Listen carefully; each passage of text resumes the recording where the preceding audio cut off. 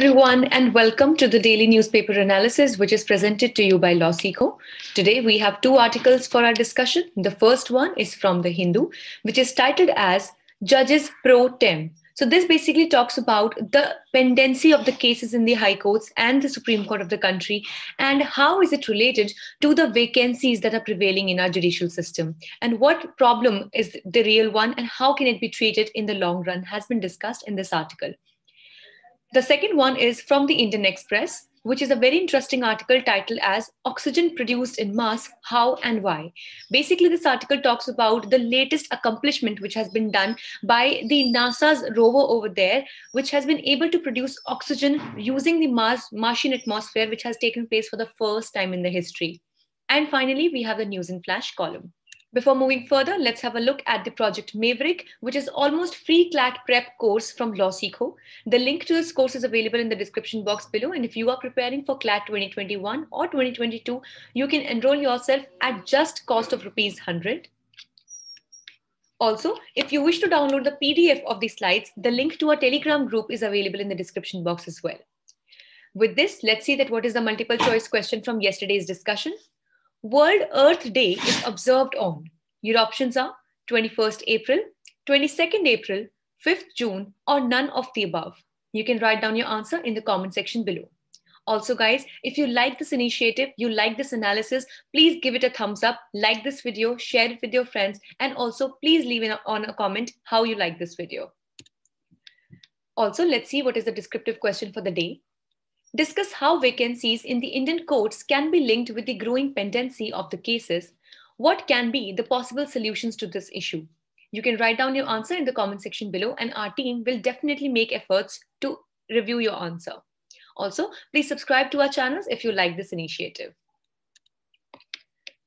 On this note, let's get started with the first article for the day, which talks about the backlogs in the High Court and appointment of the ad hoc judges.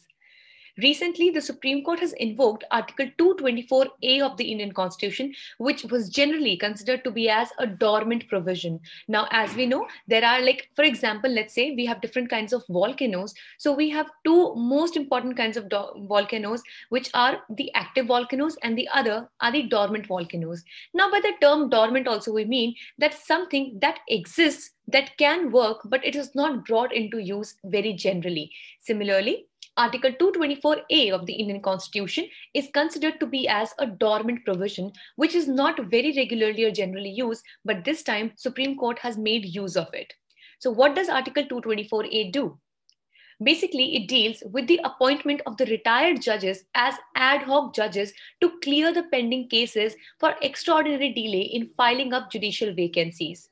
So what happens is that, as we know, that once the judges are retired from the High Court to the Supreme Court, they cannot be employed again back into any kind of employment.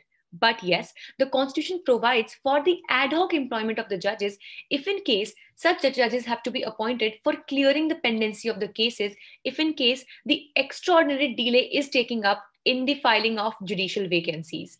For example, let's say that the quorum of any particular court, let's say that the total number of vacancies over there, the total number of posts over there for the judges is 30, let's say, for example. Now, out of these 30, 15, let's say, or 10 or 15 are the vacancies. So definitely we can understand that the burden of looking after the cases lies on these minimal number of judges which are only available, and thus the vacancies actually lead to greater pendency of the cases. And if these judicial vacancies are not being able to be filled up in time, so this creates a long run vacancy system, which ultimately hampers the free and smoother flow of the cases in the judicial system. And that is why the Supreme Court has this power to bring in or to appoint the retired judges as ad hoc judges. Now, what do we mean by ad hoc judges? So by ad hoc, we simply mean something that is temporary in nature. And thus, the judges which are brought in by the means of Article 224A of the Constitution, they have their term ad hoc in nature, which means for a temporary basis. Now, why Article 224A was invoked? So we need to understand that what were the reasons or what were the conditions which actually made the Supreme Court to use this not so common provision of the Constitution. So Article 224A of the Constitution provides for the appointment of ad hoc judges in the high courts based on their consent. Now, this also is an important provision of this part, that it is necessary that these judges who are being appointed on the ad hoc basis, they should have their consent in it. So it is not simply that the Supreme Court would give a mandate and they would have to join back as the ad hoc judges. Rather, their consent is equally important in this part.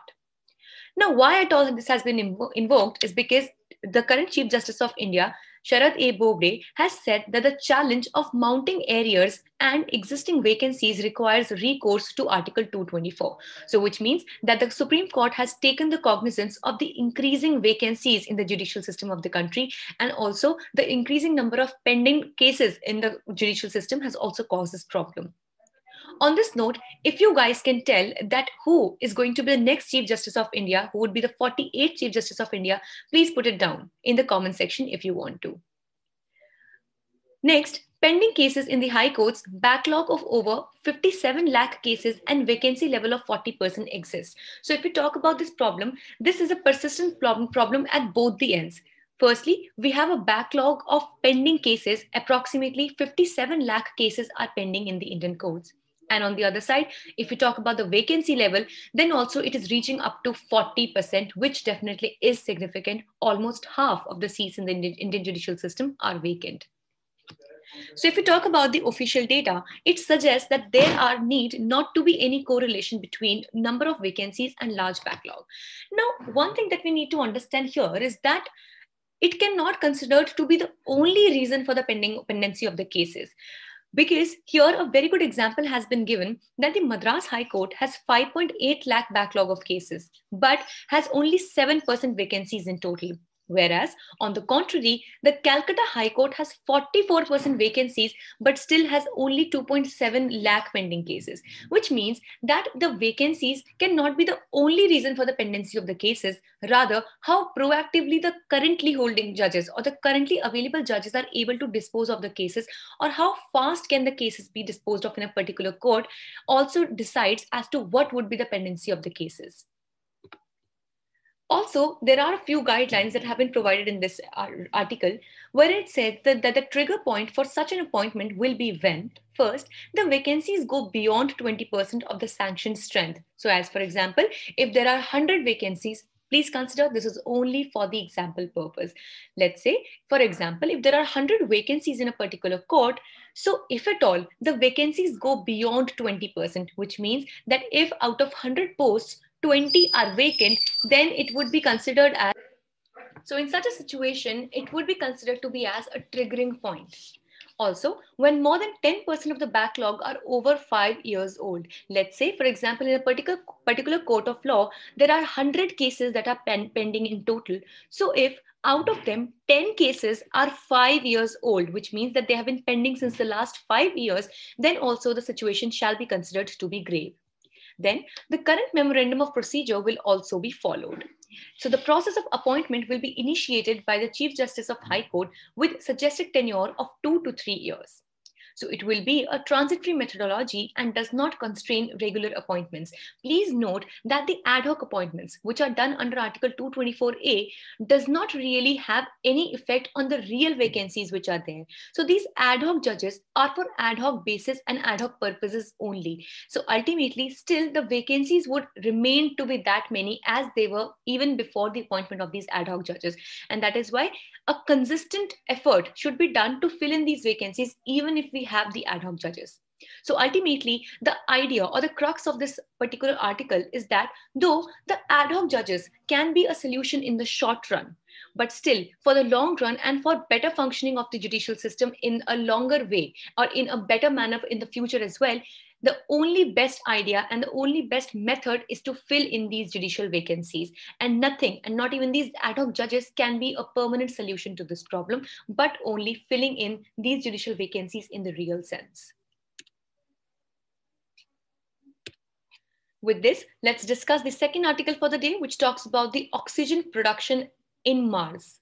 So NASA's Perseverance mission reaches another milestone after a device abroad was able to produce oxygen from the Martian atmosphere, which has taken place for the first time. So please, this is also important for us to note that Perseverance is the mission or Martian mission or the Mars related mission, which belongs to NASA, which means the United States of America. So there, on this particular mission, Perseverance, there was another device which was aboard, which had gone along with it. And now for the first time in the history, it has been able to produce oxygen using the Martian atmosphere. Please keep in mind, whenever we use this term Martian, it would mean something that is related to Mars. Now, if we talk about the device and the procedure that it has used, the device is called as MOXIE. So MOXIE basically stands for Mars Oxygen In Situ Resource Utilization Experiment. So in short, we will consider it to be as MOXIE. So this device is considered as MOXIE, and it was able to produce 5 grams of oxygen, which is enough for an astronaut to breathe for 10 minutes. And it is designed currently to generate up to 10 grams per hour. So if at all we consider that though in the current situation, it is not sufficient for one astronaut to be taken care of for the oxygen for 1 whole hour, but still this is a big accomplishment in this direction. Let's also understand that what is the procedure that the MOXIE uses for this production of oxygen. So firstly, it takes in the Martian carbon dioxide and filters it off the contaminants. After that, it uses an electrolysis process to separate the oxygen atoms from the carbon dioxide molecules at 800 degrees Celsius. And finally, oxygen is further isolated by a hot charged ceramic component, which causes oxygen ions to merge into oxygen, which is into O2. Please keep in mind that this is something that we do not have to ratificate or not something that we have to mug up as such, just that the basic procedure should be known to us, that the use of electrolysis technology is the one that actually helps this MOXIE to convert the Martian carbon dioxide into oxygen. So why at all do we think that it is important for us, or why are we actually treating this oxygen which is taken up from the Martian atmosphere to be very important, or something that is really, really a good step and a very fast, a forward step taken in the space science?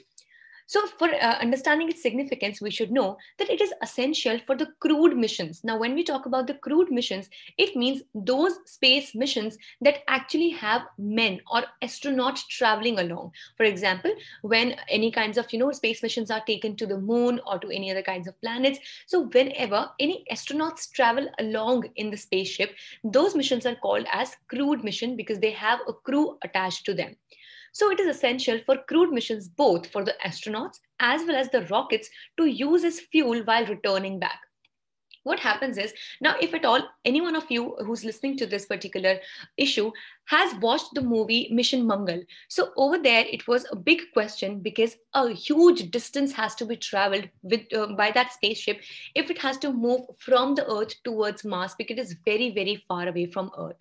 Now, in such a situation, it is ideal that the lighter we keep the spaceship, the easier would it be to cross the gravity of the Earth and also to enter the Mars atmosphere as well. Now, in such a situation, if at all, when we have to return back from there as well. So, for example, obviously, when the astronauts are traveling to Mars, they would definitely seek to return after some period of time. Now, in such a situation, when they have to also return back, currently they will have to carry huge amounts of fuel so that their rocket can come back to the Earth as well. But just imagine that if this fuel can be itself produced on the Martian atmosphere or at the Martian surface, then definitely a huge quantity of fuel will not have to be carried away from the Earth. And thus, this fuel, which will be produced then and there itself, can be used for returning back. So that is why it can make such Martian missions very easy in the coming future.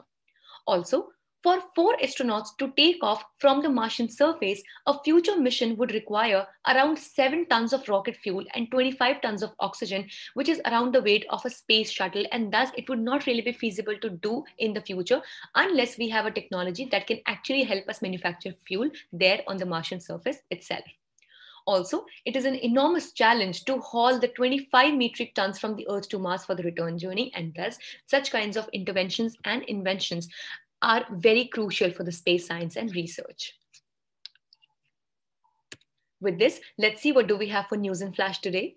African swine flu, or the swine fever. So the Mizoram government has declared certain areas in 4 districts of the as the epicenter of the African swine flu, which is also termed as ASF, which is a dreaded pig disease which has killed more than 1,000 pigs in a month. So this is the first time in the history that Mizoram is affected with this fever. Next is the English Language Day. So today, that is 23rd April, is celebrated every year to commemorate both birthday and the date of death of William Shakespeare. So it creates multilingualism and cultural diversity as well as equal use of all 6 official languages in the United Nations. So thus we have English Language Day today. And thirdly, Modi-Biden launch Clean Energy Initiative. So it has been launched, the India-US Clean Energy Agenda 2030 partnership at the Leaders Summit on Climate, which is hosted by the US today itself. It will proceed along 2 main tracks. Firstly, Strategic Clean Energy Partnership and the Climate Action and Finance Mobilization Dialogue. Also, we should know that US has pledged to cut emission by 50 to 52% by 2030.